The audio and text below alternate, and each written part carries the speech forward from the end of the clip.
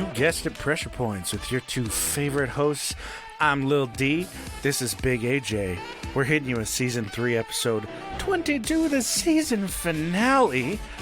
It's the Mohawk Resistance. Find us on Instagram and Twitter at PointSoPressure. Strap in, it's a good one.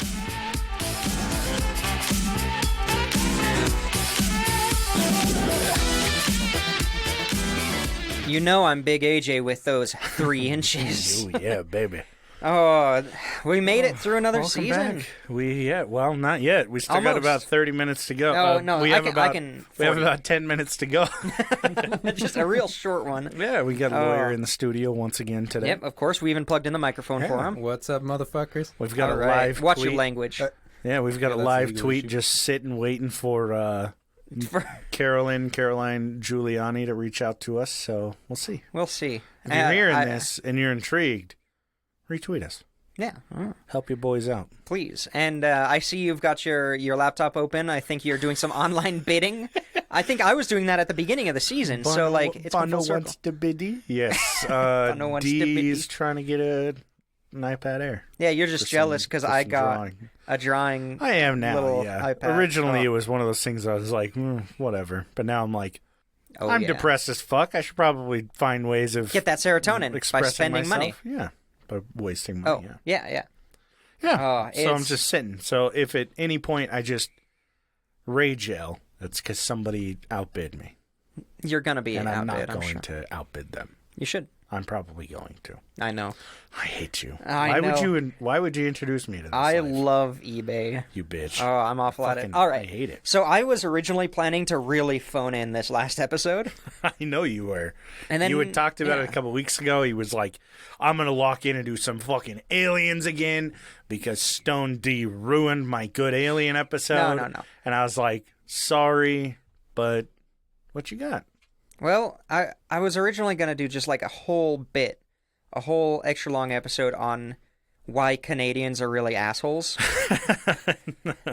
Okay. But the first thing that I really stumbled across just was itself a full episode. And it's only one event of why Canadians are assholes. So I'm thinking of doing this long-term series. Every once in a while, I'll throw in a new Canadians being assholes episode. So was this because you would watch Letterkenny and you were just like, well... No, everybody on there's nice. Except for the... fucking douchebag. What's the term? The degens from Quebec. Yeah. But it started off, of course, on Reddit. There's just a picture of a girl holding a smaller girl bleeding out of her chest. Bleeding through her shirt. Jeez.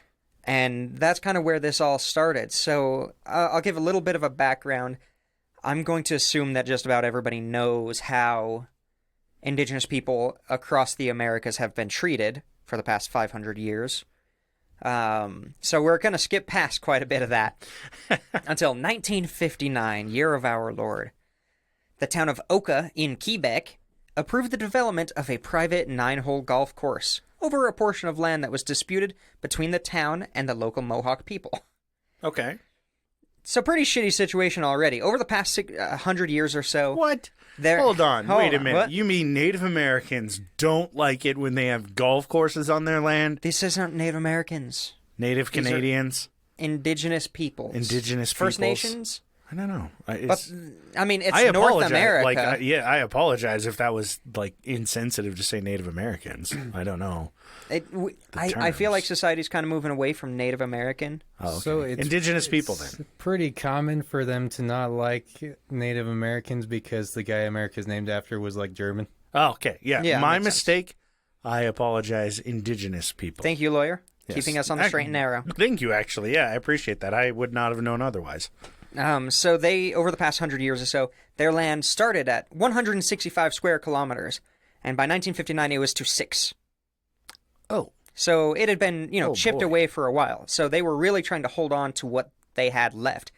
The golf course was set to be built adjacent to an active burial ground that had been active for over 100 years, continuously. Oh, jeez. And That the sounds Mohawk like community some said, solid golfing, if I'm being honest. it's some poltergeist shit. Yeah, the ghosts will certainly help you out on the 9th hole. Yes. God. So the Mohawk community in the area filed a suit, and it failed, of course. So they went ahead with construction, and they built a golf course and a parking lot directly adjacent to their sacred burial ground. Oh, God. Already terrible. Oh, And this is the God. first bullet point of my notes. Oh, Jesus. Like, I'm out of touch, but even I know. That's taking it a little That's too pretty far. bad. Yeah. I'm extremely self-absorbed, but not that self-absorbed. This area, it was called the Pines, and obviously it had a ton of pine trees and beautiful wilderness area. So for this private golf course, they just bulldozed it. Bulldozed a huge portion of the area God. into the disputed land that at one time was like the promised indigenous person land promised from the government that they've just been chipping away. So awful. In 1977, so almost 2 decades later, the indigenous Mohawk people. Nice little gulp there by the way. I heard that. Glug. The Mohawk community. Fucking hell. Oh, that was solid. In today's ASMR. Well, it's not pressure even going to points make it in, I'm episode. sure. Oh, all right. Well, in 1977, the Mohawk community filed an official land claim with the Office of Native Claims, but it was rejected after they had already funded it for failing to meet legal criteria. Oh. Who would have guessed? Surprise, surprise. In 1989, the golf club announced their plans to almost double in size. Oh, my God. It was approved by the town without consulting the indigenous people or taking any environmental or historic preservation reviews at all. So, initially you said that the land itself was 165 165 square kilometers, and they had shifted, like their golf course was large enough that it took up 159. No. Oh, Over the 100 years, I see. it had been chipped away. I thought you were saying that Just that the had golf course. shifted. That's a huge golf course. I was like, and they're doubling in size. 100 square kilometer fucking golf kidding me? course. I was like, Jesus. No. That's just over time it had been chipped down quite a bit. Tiger Woods is just jerking off in the corner. Well, he's doing biggest that golf anyway. course. Yeah, on to prostitutes. What a great guy. Best husband. I'm sure. So they basically went without any checks, without, like, it's a big deal nowadays, at least. Obviously, this was in 1989. But nowadays, if you want to build something, you have to have it reviewed for environmental damages, like for the impact you're going to have in the environment, which kind of makes sense, especially in, native sacred land. What? No. No, that's Never. crazy. So after some protests, the construction was slowed down, but the court ruled in favor of the developers, and the developers announced that the remainder of the area of the Pines would be completely cleared to make 18 new holes and 60 condos. Jesus So Christ. more than doubling in size now, because it was 9 holes, now it's up to 18 plus 18. the original 9, plus 60 condos. God. And the court, no contest, said, yeah, they're fine, they can do this. What? Yeah. Oh, no problem. Jesus. I can't. I would be such an angry indigenous person. I would be so fucking mad Just all wait. the time. Just and wait. I don't blame them. Oh, yeah, not at all. Not at all. Ugh, Leonard fucking hell. Peltier, that kind of thing. Have you ever heard of that stuff? You told me a little bit about it. And totally I worth the watch. just glanced through an article. But I do want to do an episode on it. I've got it off to the side. I'd love to. We should do a mix. We That should. would be That'd be good. good. So, I love talking about these issues Mm-hmm. because I feel like one of the first steps to actually confronting this 500-year-old problem is getting it out in the open and talking about it. Bringing it to light in a way. So, I like talking about this kind of stuff, even though it's completely horrible. So, the mayor's office at that time was completely unwilling to discuss anything about this, which this mayor is an asshole. Because I'm guessing they've made their decision already. Yeah. And God. even people of the town, just regular people in the town, were like, I don't want this. This is huge and shitty from this small town in Quebec. God. We don't want this. And the mayor's office was not having any of it. Jesus. So it's just wonderful. Let me scroll down in my notes here a little bit.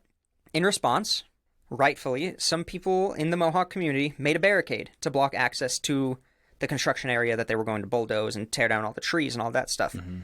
Of course, a court pretty quickly said, you have to take that down. They said, fuck you.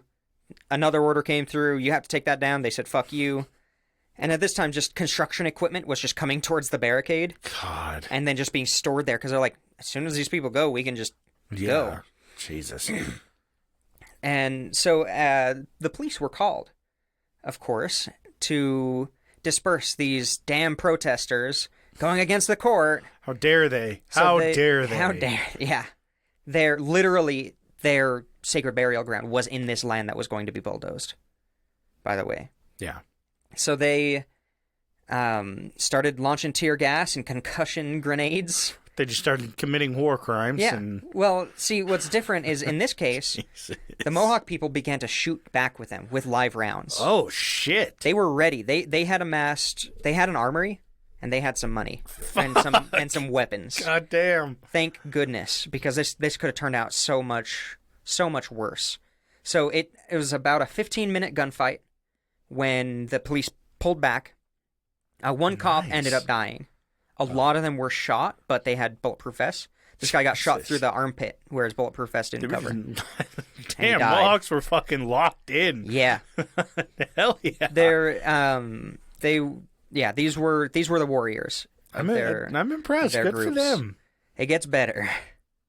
Let's see. So, yeah, it was 30 people during this gunfight.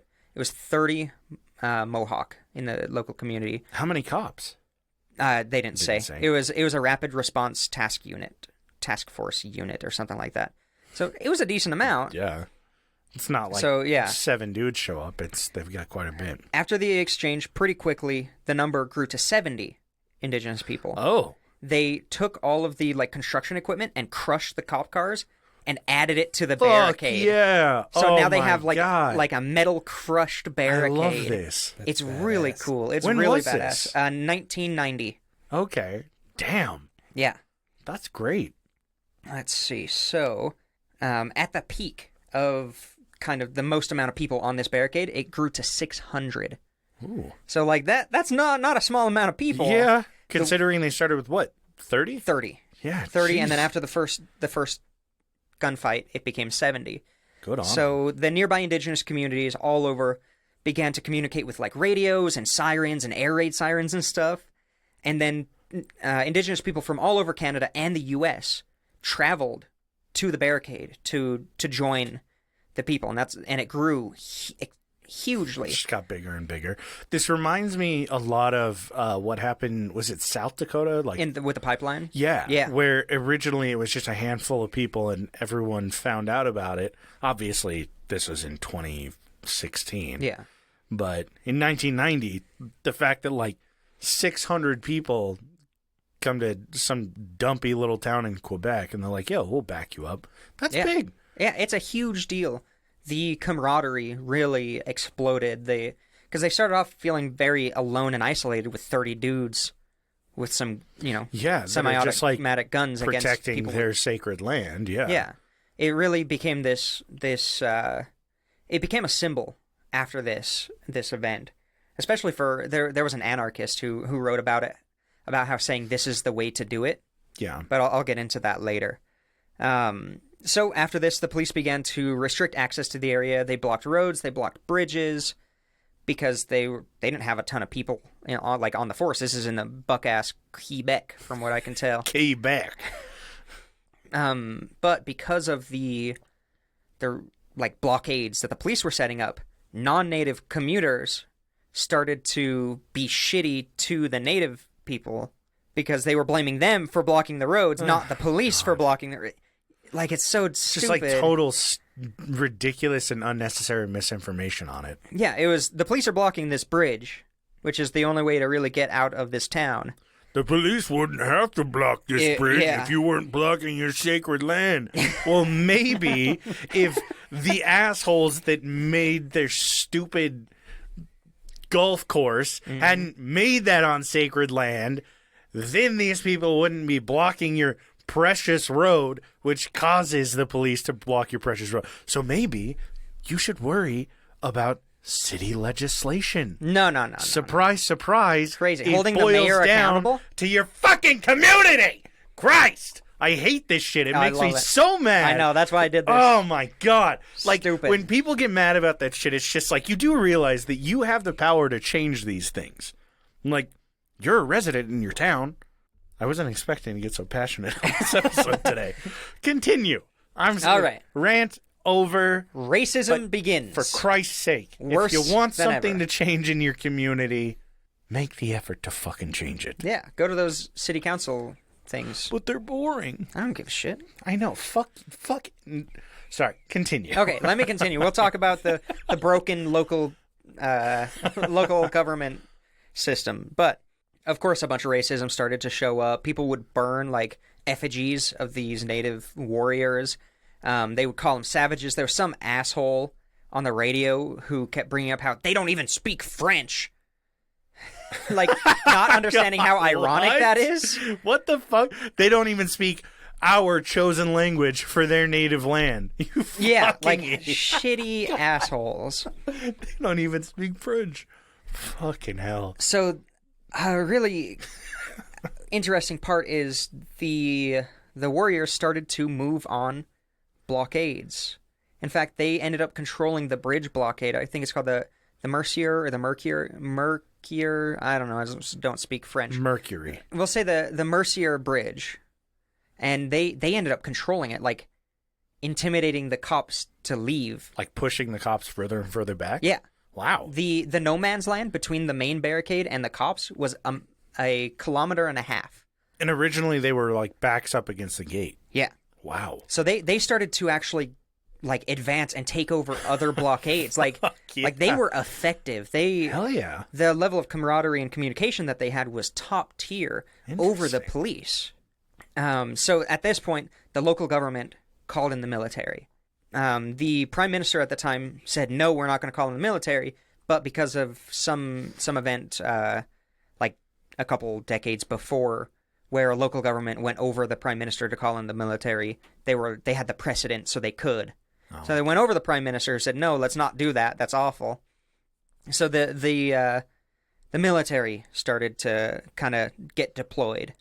The police, yeah, they all started to lose. The local police lost control of the barricades. They kind of fragmented. A lot of people just stopped going to work, which, oh, boo-hoo. We're so sorry. The Mounties were deployed, the RCMP. Yeah.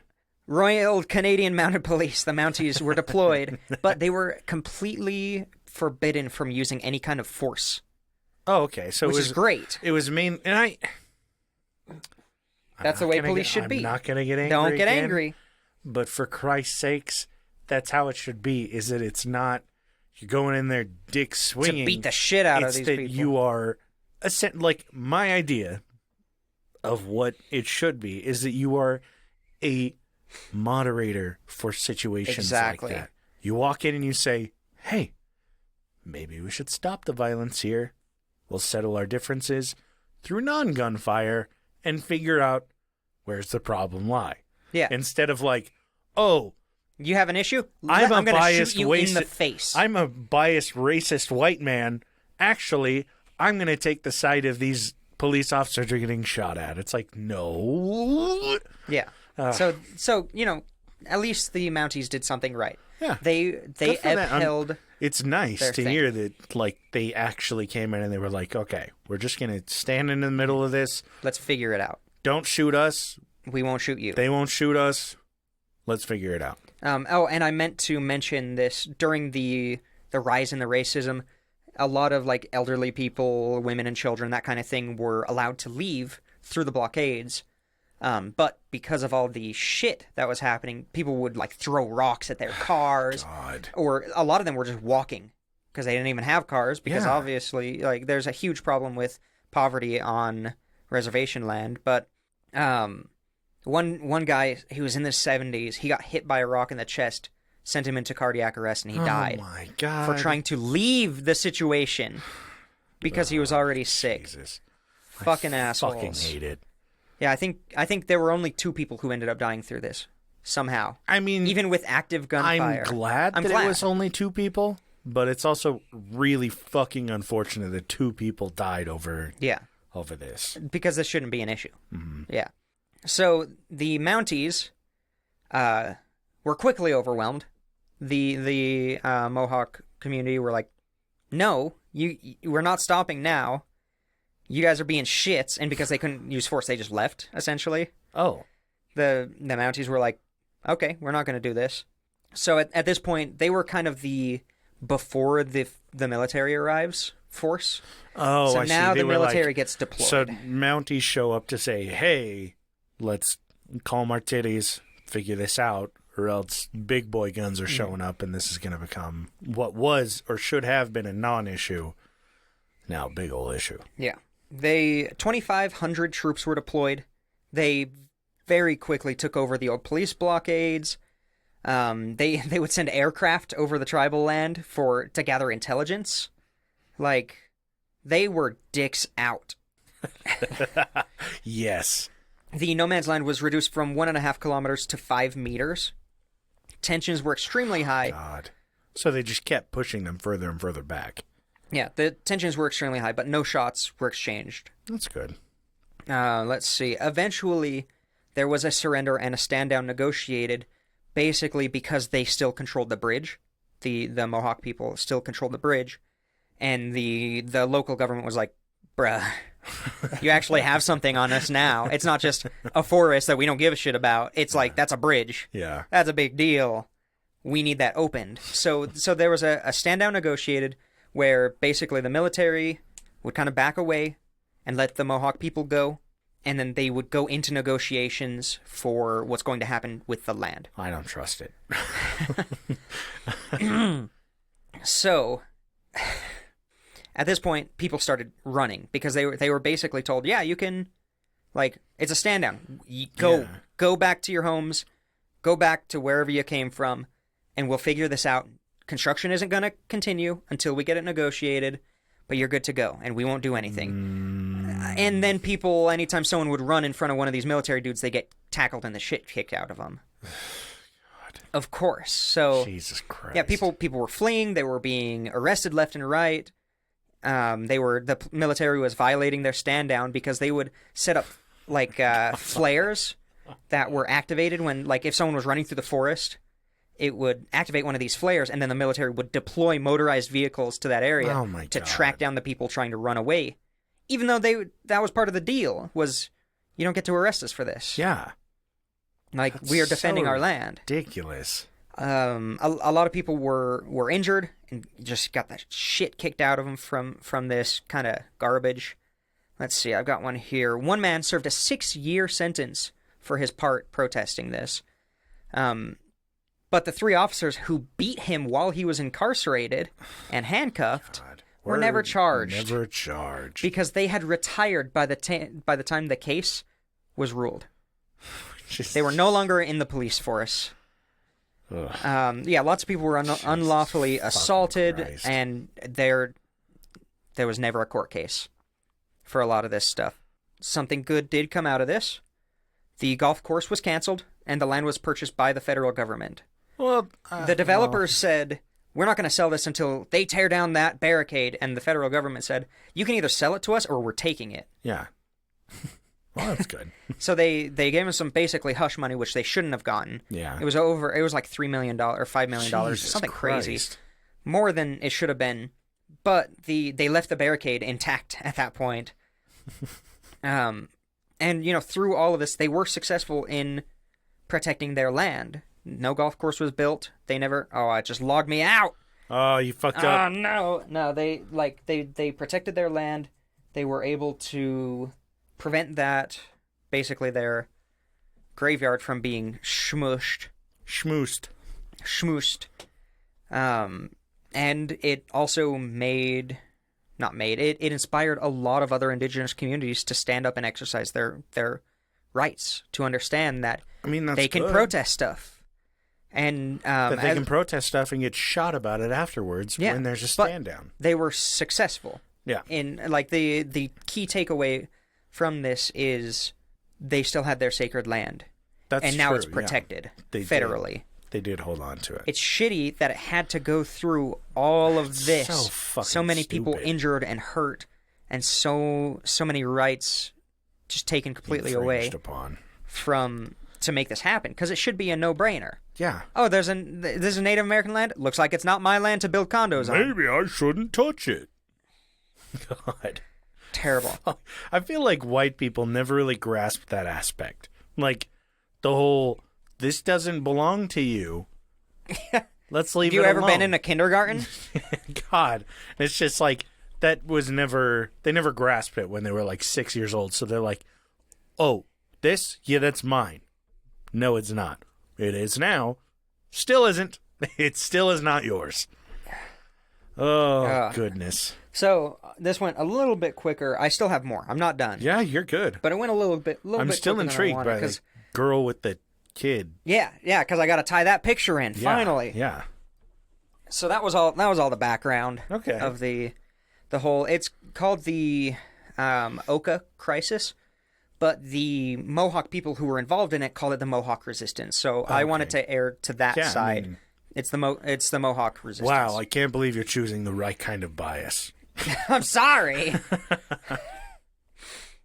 All right, let's see. So, obviously, this stuff happens. There were I was reading some articles on some of the defenders nowadays, like a month ago, which was really cool. Actually, I think it was July 11th was the 30-year anniversary of it, and they interviewed two people from the other side of it. One of them was still active in land disputes. The other one, he was really messed up by this. He has some serious PTSD. And when the Black Lives Matter stuff all started happening, he 100% saw the same tactics, the same information, the same... It was a repeat of what was happening at this resistance. And just he was outlining the comparisons. Really good article. So this ended up... 2 people passed away during this event. And it lasted for 78 days. Oh, wow. It was a really, over 3 months. No, over 2 months. Almost, 2.5 months. Okay. Of this resistance. Let's see. So, in that picture, the older gal was, I looked up how to pronounce these so I wouldn't be totally awful. Hey, we're learning. Yeah. Waynique Horn-Miller. She was 14. And the little girl was her half-sister, which if I showed you how it was spelled, you wouldn't know how to spell it. Or wouldn't know how to say it. It's intense, but it's Gunyedio Horn. And she was 4. How do you spell it? Kaniehtii. I would have gotten it right, honestly. Oh, I'm sure. Definitely.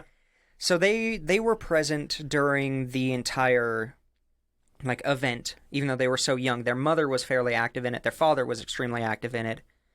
Obviously, they were living in the area, and they had to go through the barricades just to go to school. Mm-hmm. They would be on a school bus and have to go through a military blockade, and just to get to school. And a lot of times they were hassled and given a lot of crap.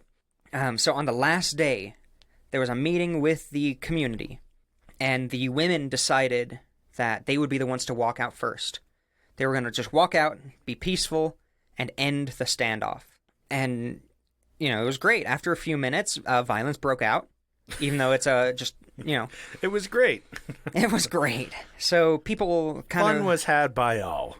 There was a military blockade. There was a media blockade. And basically the goal was to get to from the defender blockade to the media blockade. We'll just run, stay calm. People are going to be antsy. But nobody knows how. But violence started. People started running. People were being tackled back and forth.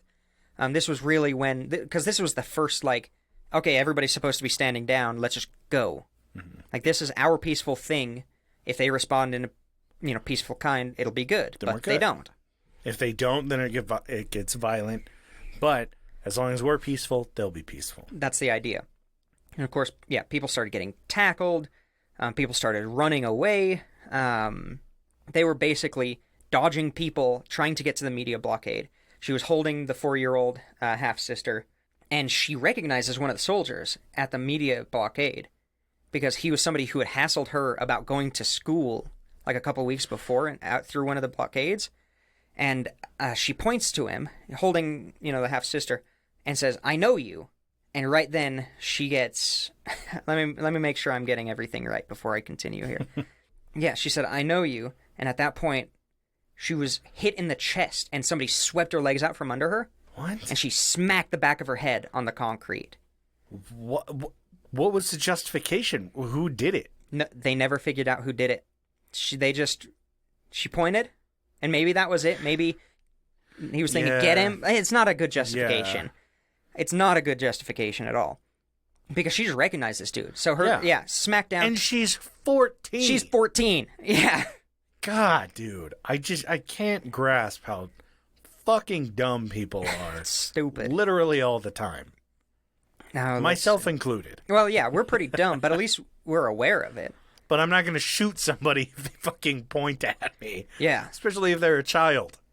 I mean, they didn't shoot at her. They just beat Well, but... just hit her in the chest. So she was able to keep hold of her sister, and she's out of it now, obviously. And someone, never figured out who, just a soldier, or maybe even not a soldier, who knows, dragged her, like, on the ground while holding the kid to their mother, who was nearby, who was, like, they were walking, they got separated, dragged her to the media barricade. Okay. I thought that this was headed in the wrong direction. It's like some fucking, like, officer comes over and just drags her. I was like, oh my God, dude. Well, at that point, after they were reunited with their mother, they were incarcerated in a temporary holding facility with all the other people who were being tackled and dragged away. Oh my God. It took 22 hours before she was able to see a doctor, but when she was kind of dragged away and they were incarcerated, she looks in her shirt. It's just soaked in blood. Fuck. She looks under her shirt and there's a huge gash. What? Out of it. Like huge laceration, and with like chunks missing, like really bad. Yeah. A lot of blood. It took 22 hours to see a doctor. Jesus. While incarcerated, which is ridiculous. The doctor saw her and said, "You've been bayoneted." Oh, she got bayoneted in the chest. Oh my God. He said that if the bayonet was a centimeter any other direction, it would have pierced her heart and she would have died. Oh my God, dude. That's insane. Like, it was so close to death. Yeah, they were all put on a bus and, like, carted away.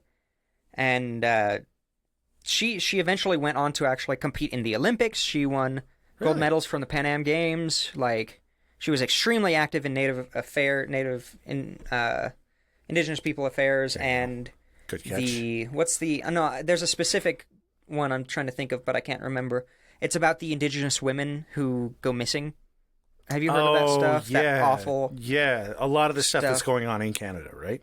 And the U.S. And in the indigenous US. women go missing at an astounding rate. What is There's no investigation, but the board, the like group that's in charge of investigating that and kind of pushing that forward, she was in charge of it for a while. Or she was the speaker for a while, I guess, of it. But Native Women's Wilderness? No. I just searched missing indigenous women. So she ended up, she's, still alive, obviously, because this was the 90s. I'm used to talking about people who have been dead for 100 years. Yeah. But her sister, the 4-year-old, who I was reading from her point of view, some interviews and stuff, great interviews on these two women, like, totally worth looking them up. Mm-hmm. But she ended up becoming a pretty famous actor. She was Tanis on Letterkenny. Oh. The little 4-year-old girl. Yeah. Yeah, and she's gotten awards for a lot of her roles that are much more famous than that, but this is the one that I recognize her from, is she's Tanis. Yeah. Yeah. Wow. Jesus. Weird connection. I'm impressed. Yeah, like... Holy shit. Fuck Canada. Like, she's a badass. Yeah, she is. She survived the Mohawk resistance when her... Like, the way that she was being held, she was damn near close to getting bayoneted herself. She's as also a 4-year-old. Sometimes referred to as Teo Horn. Yes. Damn, that's impressive. Good for her. Yeah, it's really cool. There was just a connection on the picture that I saw. It was kind of the basic story of this lady got bayoneted, and that little girl that she's holding, and she went on to win gold medals, and that girl she's holding ended up being Tanis from Letterkenny. Out of all of the achievements that she's had, that was the one on that post, of course. But yeah, it's kind of a cool thing. That's awesome. But yeah, I thought that was really, really cool. Then, of course, on this topic of shitty thing people have done to indigenous people, literally happens everywhere and it's awful. But if you're looking for more stuff, now that we're at the end of the season, MFM just did an episode on the Starlight Tours. Have you guys ever heard of that? No. So that was basically a bunch of cops in a town in Canada would pick up indigenous people, drive them out to the middle of nowhere, kick them out of their car, and drive back to town. Oh, Jesus. So they just found corpses on the side of the road. What the fuck is wrong with people? And I should have listened to the whole episode. It's mostly a rundown I got from my wife. My wife? I hate myself because I can't say my wife anymore, seriously. But, yeah, and they ended up, the Wikipedia page for the Starlight Tours keeps getting taken down or changed in non-factual ways. I'm pretty sure a lot of the people got away with it. Oh, Jesus. Pretty much everybody. It's awful. Just tons of people were killed this way. Jensen and Holes, another podcast, did a really good podcast on the indigenous women going missing.